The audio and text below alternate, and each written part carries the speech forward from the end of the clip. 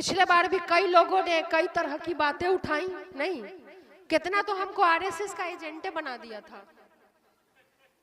मजाक नहीं कर रहे, ये तो हमको चुनाव के बाद में पता चला कि हम तो पता नहीं किसके किसके एजेंट बने बैठे हैं, क्या क्या बंद करा देंगे क्या क्या नहीं। लोगों ने ऐसी हवा बनाई तो हमको बोले कौवा कान लेके भागा, पहले कान पकड़ के देखेंगे ना कि कौवा को देखेंगे कि मेरा कान लेके भाग गया। मेरा ये नहीं है कि आज टिकट की होड़ लगी हुई है तो हम उस होड़ का हिस्सा है, ऐसा नहीं है। टिकट मिले ना मिले, चुनाव लरूं ना लरूं, आपके लिए जो सेवा भाव है वो बरकरार रहेगा। मैं तब भी आऊंगी जब जीतेगा कोई और किसी को छांट भी दिया जाए तो मुझे कोई फर्क नहीं पड़ेगा, क्योंकि सेवा की भावना दिल से होती है। राजनीतिक टिकट की भावना से अगर कोई आया है तो वो दिखावे के अलावा कुछ नहीं है। जब हम सिर्फ मुखिया थे तो मेरी जिम्मेवारी सिर्फ पंचायत के प्रति थी, लेकिन तब भी फोन बड़ाही से भी आया, सिसोटिया से भी आया, सहसराम से भी आया, परिहार विधानसभा,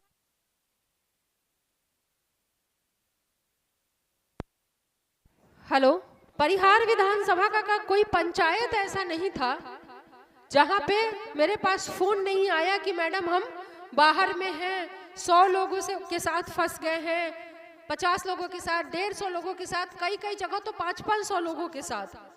पर हमें ये लगा कि कोई आपके लिए मदद के लिए अगर कोई कह रहा है तो जितना हो सकता था, हम कोई सिर्फ मुखिया थे और वो भी अपने पंचायत के, पर मैंने ये कहा कि इस कोरोना में आप जहां हो वहां रहो और राशन की चिंता मत कीजिए। केरला से कर्नाटका, गोवा से लेके कश्मीर या दिल्ली से लेकर के गांधीनगर, कहीं भी जहां से कॉल आया वहां पर हमसे जो हो सका हमने राशन पहुंचाने का काम किया था। उस वक्त कोई राजनीतिक महत्वाकांक्षा जैसी बात नहीं थी और वो अब भी नहीं है। सेवा अलग चीज है और अगर आपको राजनीति भी करनी है तो सेवा भाव से ही करनी चाहिए। एक घटना जो मैं बताती हूँ, चुनाव हारने के बाद अगले दिन मैं परिहार चौक पे थी।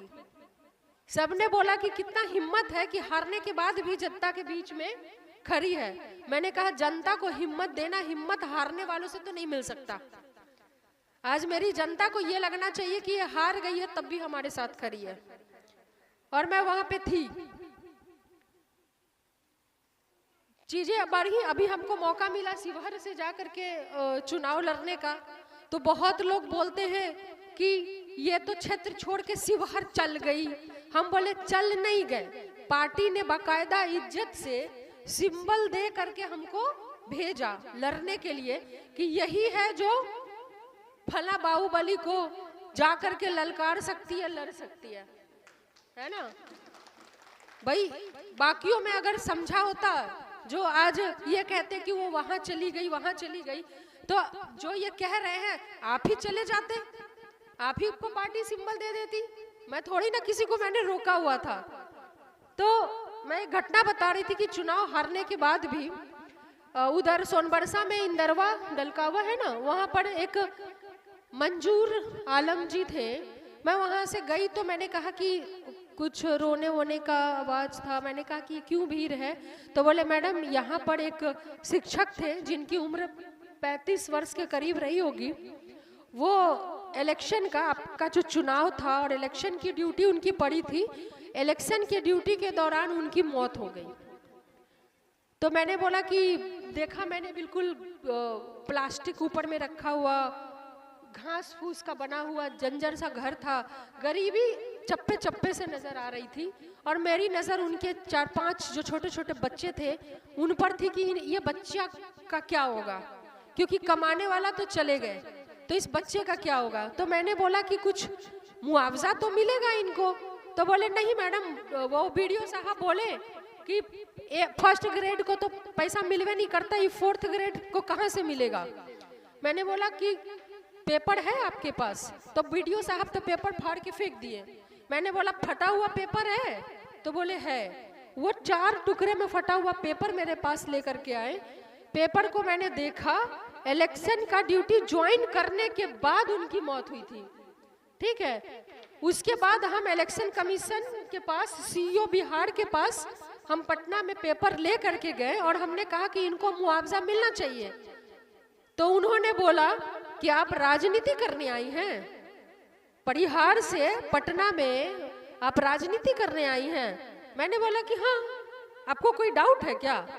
मैं शुद्ध रूप से राजनीति करने आई हूँ, कोई डाउट मत रखिएगा कि रितु जायसवाल राजनीति करने नहीं आई है। अगर एक गरीब परिवार के लिए खड़ा होना राजनीति है तो मैं राजनीति के लिए आई हूँ। एक पीड़ित परिवार को मुआवजा दिलवाना, कि उसके बच्चे को मुआवजा का राशि मिले और वो उस राशि से पढ़ सके, खा सके, पी सके, बड़ा हो सके, उसका परिवार चल सके, इसको अगर राजनीति कहते हैं तो मुझे गर्व है कि मैं राजनीति करती हूँ। और उस बात का असर था कि उनको 15 लाख रुपया सिर्फ इलेक्शन कमीशन ऑफ बिहार से, वहां से वो मुआवजा उनको 15 लाख की राशि दिलाई और अलग अलग मुआवजे से उनको और भी राशि मिली, करीबन 20-22 लाख से ऊपर की उनको राशि मिली। तो राजनीति का मतलब ये नहीं होता है कि राजनीति के माध्यम से आप सेवा नहीं कर सकते। राजनीति तो सबसे अच्छा माध्यम है सेवा का, बशर्ते कि आपके मन में राजनीति नहीं हो। राजनीति एक पार्ट होगा, अंदर में सेवा भाव हो। अब मेरे पति ही पढ़ा रहे थे पटना के गंगा घाट पे, तो सब बोले, तो मैं भी कभी कभी चली जाती थी फ्री ऑफ कॉस्ट, खुले आसमान में गंगा नदी के किनारे मेरे पति पढ़ाते थे यूपीएससी बीपीएससी की तैयारी। तो सब ने बोला ये रितु जायसवाल राजनीति करने गई है। हमने बोला आओ भाई, एक गो घाट थोड़ी है यहाँ, दूसरा तीसरा चौथा पांचवा सब घाट है, सब लोग आके राजनीति कर लो। हम ये पढ़ा रहे, कोई केमिस्ट्री पढ़ा लो, कोई मेडिकल पढ़ा लो, कोई इंजीनियरिंग पढ़ा लो, सब आके राजनीति करो, किसी ने रोका है? तो इस तरह की सोच, तो हमारा ये मकसद नहीं है। आप लोग देखे होंगे कि चुनाव हारने के बाद भी मैं लगातार 2 साल तक सुबह 10 बजे मैं गाड़ी से निकलती थी और रात के 10 बजे से पहले घर नहीं पहुंचती थी, जनता के बीच में जाना रहना। जब मुझे पार्टी ने प्रदेश अध्यक्ष महिला विंग का पद दिया तो पार्टी के प्रति अपनी जिम्मेवारी को समझते हुए मैंने वो जिम्मेवारी से भी पीछे नहीं हटी। मैंने पूरे बिहार में महिला संगठन को जितना हो सके मजबूत करने का काम किया। तो वो भी तो मैं अपना फर्ज ही पूरा कर रही थी ना, कि जिस पार्टी ने टिकट दिया उसके प्रति मेरी जिम्मेवारी बनती है। मैं कोई शॉपिंग और दिल्ली मुंबई तो नहीं घूम रही थी, पूरे बिहार में घूम रही थी। गाड़ी तो कोई पानी से चल नहीं रहा था, अपना ही तेल लगा करके, अपना ही खर्चा करके पूरा बिहार। अगर मैं सेल्फिश रहती, अपने बारे में सोचती, तो बोलती कि मैं भी अपना तेल जलाकर, अपना खर्चा करके मैं पूरा बिहार क्यों घूमूं, मैं परिहारे में जमी रहूं। लेकिन वहां पार्टी को मजबूत करने की बात थी, हम वहां पर गए। उसके बाद अभी चुनाव आया है तो फिर हुआ कि भाई अब क्षेत्र भी देखना है, वहां संगठन बन गया। अब तो व्हाट्सएप ग्रुप बन जाता है, कुछ डालना, जब आप एक बार ग्रुप बना लिए, संगठन बन गया तो बहुत तरीके हैं उसको संचालित करने के। आजकल तो सोशल मीडिया है, व्हाट्सएप ग्रुप है। तो मेरी जिम्मेवारी जो क्षेत्र के प्रति है, आज मैं यहाँ पर हूँ। जनता का आशीर्वाद मिलेगा, पार्टी का आशीर्वाद मिलेगा तो भी ठीक, नहीं मिलेगा तो भी ये नहीं होगा कि हमारे लिए ऐसा नहीं हुआ। आपके लिए हम थे, हैं और रहेंगे।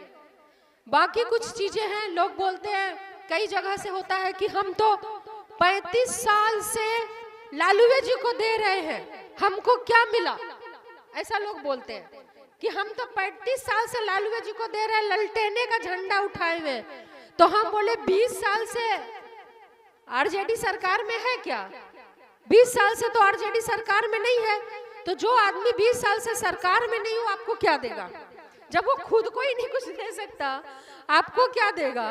तो 35 में -20 कर दीजिए तो बचे 15 साल जो लालू यादव जी के समय का था। अगर आप लोग दिल पर हाथ रख करके खुद जवाब दीजिए कि क्या लालू जी ने कोई भेदभाव किया था? उनके अंदर कोई ऐसी भावना थी कि ये हिंदू है, मुसलमान है, मुझे नहीं करना है? आज जब सदन की बहस चल रही थी, बीजेपी के एक ने खड़े होकर के बोला कि मुसलमानों से वोटिंग राइट छीन लेना चाहिए, ऐसा बोला। शहनवाज हुसैन जी थे, शहनवाज हुसैन जी को तेजस्वी जी बोले कि मुसलमानों से अगर वोटिंग राइट छीना जाता तो शाहनवाज जी आप भी यहाँ नहीं बैठे होते। आप भी आज अगर बीजेपी की तरफ से यहाँ बैठे हैं तो इसलिए कि बैठे कि मुसलमानों के पास वोटिंग राइट है।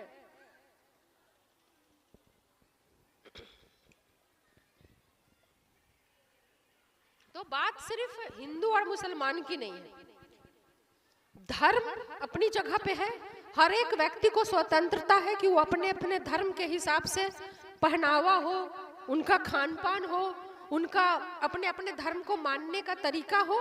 ये किसी भी धर्म के व्यक्ति के लिए, चाहे वो हिंदू हो, चाहे वो मुस्लिम हो, सिख हो, ईसाई हो, ये उनका अपना निजी मामला है। राजनीति में धर्म का प्रवेश तब होता है जब राजनीति अपने सबसे नीचे गिरे हुए स्तर पे चली जाती है, जब लोगों को और कोई मुद्दा नहीं बचता है, विकास की बात नहीं कर सकते, रोजगार की बात नहीं कर सकते, शिक्षा की बात नहीं कर सकते, तो वो ले आते हैं जबरदस्ती धर्म को। ये राजनीति का सबसे गिरा हुआ घिनौना स्तर है, जहां पे लगता है अब आप बोलेंगे कि हमको तो इतना हम लोग हैं, हम इतना ज्यादा राजद को वोट करते हैं, तो राजद जो है सो हमको टिकट कहाँ देती है। तो ऐसा नहीं है कि टिकट नहीं मिलता। प्रशांत किशोर जी ने कहा हम मुसलमानों को 40 टिकट देंगे। हमने जोड़ा कि 38 तो हमारे जिले हैं, उसके अलावा संगठन जिला और कई कई जिलों में 2-2 सीट भी मुसलमानों को मिलती है। बड़े जिले जो है, सीतामढ़ी में भी एक मिलता है, मोतिहारी में भी है, दरभंगा में भी है, तो ये भी तो लगभग 40 ही दे रहे हैं। तो हम भी 40 दे रहे हैं, लेकिन हम कभी बोलते नहीं। तुम ऐसो आ करके वोट लेने के लिए बोल रहे हो चिल्ला चिल्ला के, यही ना फर्क है। और दूसरा, उससे भी ज्यादा देने में हमको कोई दिक्कत नहीं है। आरजेडी को उससे भी ज्यादा सीट देने में कोई दिक्कत थोड़ी ना है।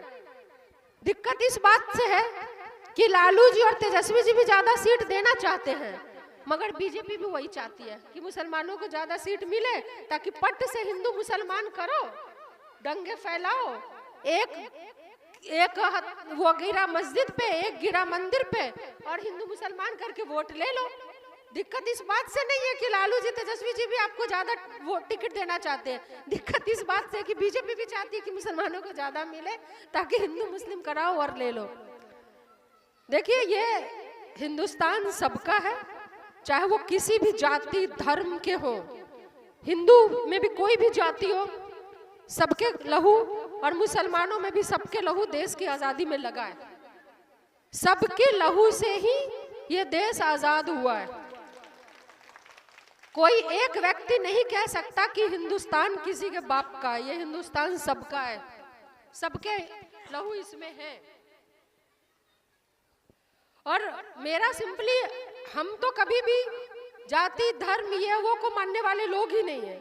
मैं तो पहली, जब मैं मुखिया थी तब भी मेरी भाषण ही स्टार्ट होती थी इस लाइन से कि मुझे कोई फर्क नहीं पड़ता कि आपकी जात क्या है, धर्म क्या है, दीन ईमान क्या है, मुझे बस इस बात से फर्क पड़ता है कि आपकी तकलीफ क्या है। कोई नेता आता होगा चुनाव के टाइम पे, रितु जायसवाल का फोन सुबह 6 बजे से बजता है तो रात के ना जाने 2 बजे हो या 3 बजे हो, किसी को हॉस्पिटल में एडमिट होना है, कुछ भी अगर है तो वो फोन आता है, मैं कहीं रहूं, लेकिन हम उस पर जो हमसे हो पाता है हम करते हैं। हम जीते हुए नहीं है, हमारी सरकार भी नहीं है, लेकिन प्रयास ये होता है कि जितना हमसे हो सकता है हम करें। हो सकता है कि 100 काम में 30 काम हमसे ना हो पाए, लेकिन जनता उस चीज को समझेगी कि बेचारी न पद पे है न इसकी सरकार है। और इतने खूबसूरत हिंदुस्तान में न जाने देखते देखते ये नफरत की हवा किसने बहाई। ये तो वही हिंदुस्तान है जहां पे हम लोग रेडियो में एक तरफ मोहम्मद रफी के गाने सुनते थे तो दूसरी तरफ लता मंगेशकर के गाने सुनते थे। ये यही हिंदुस्तान है जहां हिंदू भी छठ करता था तो मुसलमान भी छठ के टोकरे अपने सर पे उठा के छठ करता था। ये वही हिंदुस्तान है जहां तजिया का जुलूस हो या कुछ हो तो सभी हिंदू भी अपने घरों से निकल पड़ते थे। वो देखते देखते पता नहीं किसकी नजर लग गई और बंटवारे की राजनीति शुरू हो गई। उस जात के अंदर भी जात नहीं, कोई क्षत्रिय हो गया, कोई कुछ हो गया, कोई कुछ हो गया, कोई कुछ हो गया, तमाम तरह की चीजें। ये सब क्या है? ये सिर्फ बांटने की राजनीति है और मुद्दे की बात नहीं करने की राजनीति है। यह हो गई देश लेवल की बात। अगर अपने परिहार की बात करें तो इतने वर्षों से कोई ना कोई विधायक रहा, पार्टी जीती, मगर परिहार विधानसभा की जनता हारी है। अगर परिहार विधानसभा की जनता जीती होती तो आज यहाँ पे कारखाने होते, फैक्ट्री खुली होती, चाहे एक आध दो ही खुली होती, मगर नेता अगर सही से प्रयास करता तो खुलता। आज मोतिहारी के चनपटिया में नहीं खुला, 150-250 फैक्ट्री का क्लस्टर खुला। यहाँ पर जब सर्वे किया गया कोरोना के टाइम पे, तो सर्वे में पाया गया कि परिहार विधानसभा से क्षेत्र से सबसे ज्यादा लोग काम की तलाश में बाहर रहते हैं। लुधियाना, पंजाब, गुजरात, साउथ में सबसे ज्यादा। तो क्यों ना यहाँ पर वैसी फैक्ट्री खोली जाए। लेकिन वैसी फैक्ट्री मुजफ्फरपुर के मोतीपुर में खुल जाती है, लेकिन आपके यहाँ नहीं खोली जाती। क्या ये आपके नेता की विफलता नहीं है? चाहे यहाँ सभी धर्मों के लोग हैं, सिर्फ मुस्लिम यहाँ नहीं है, यहाँ पे और भी समाज और भी जाति के लोग बैठे हैं। पढ़ने का अधिकार तो सबको था, नौकरी करने का अधिकार तो सबको था। एक भी सरकारी बीएड कॉलेज इस परिहार विधानसभा में खुल पाया? एक भी सरकारी आईटीआई कॉलेज इस परिहार विधानसभा में खुल पाया? एक भी सरकारी नर्सिंग कॉलेज इस परिहार विधानसभा में खुल पाया? एक भी सरकारी पॉलिटेक्निक कॉलेज इस परिहार विधानसभा में खुला? तो एक गरीब को जब पढ़ाना हो तो वो अपनी जमीन बेचे, जेवर बेचे और तब अपने बच्चों को पढ़ाए। लेकिन एक विधायक को जब वोट मांगना हो तो उसको वोट यहाँ चाहिए। तो पूछने वाले ये सवाल तो पूछ ही सकते हैं ना कि तुम्हें वोट यहाँ चाहिए तो हमें नोट यहाँ चाहिए। नोट मतलब रोजगार यहाँ चाहिए, वोट यहाँ चाहिए। और हमारे बच्चों को जब 2 वक्त की रोटी की बात हो तो वो बच्चे जाएंगे दिल्ली और पंजाब और सूरत कमाने के लिए, और जब तक बाहर ना जाए उनके घर में चूल्हा नहीं जलेगा। यह हकीकत है। बस आज का तो मैं आप लोगों से मिलना मेन मकसद था, मगर डरिएगा बिल्कुल नहीं। मेरी जो सेवा भावना है, मैंने शुरुआत भी इसी बात से की थी कि मैं पद पर रहूं ना रहूं, पार्टी भी रहूं ना रहूं, लेकिन आपकी सेवा के लिए मैं एक फोन पर रहूंगी हमेशा।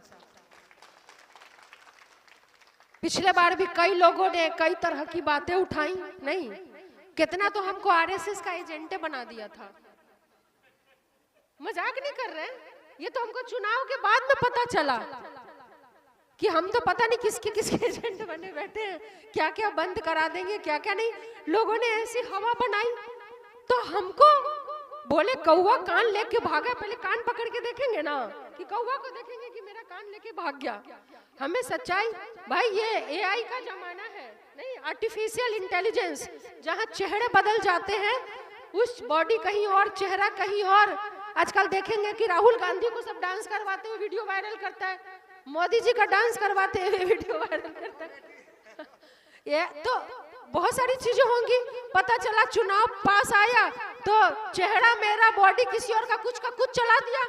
आप बोलेंगे भैया तो रितु जायसवाल तो ऐसी है, तो रितु जायसवाल ना ऐसी है ना वैसी है। जैसा आप लोग 9 साल से जान रहे हो, मैं वैसी की वैसी हूँ। चुनाव आने से कोई किसी का कैरेक्टर का सर्टिफिकेट नहीं देगा, चुनाव आने से कोई किसी के व्यक्तित्व का वो नहीं करेगा। 9 साल किसी को पहचानने के लिए बहुत होते हैं। मैं लगातार, मुझे 2016 में मैं मुखिया बनी थी, तब से आप जान रहे हैं, एक मुखिया बनी तो लोगों ने पूरे मुस्लिम और मंदिरों मस्जिद को बढ़ावा देकर हिंदुस्तान के सुनहरे ख्वाबों को, बाबा साहब के आईन को शर्मिंदा करने की कोशिश की गई है। ऐसे बदतर माहौल में हमें और आपको चाहिए कि ऐसी पार्टी का हम इंतखाब करें, ऐसी पार्टी का चुनाव करें जो सेकुलर जहन रखता हो, जो जमहूरी निज़ाम से वाबस्ता हो।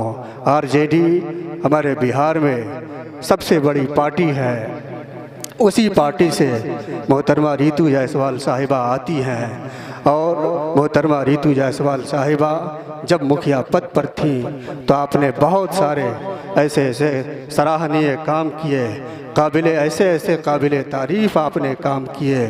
जैसे आपने पक्की सड़कें बनवाई, गरीबों को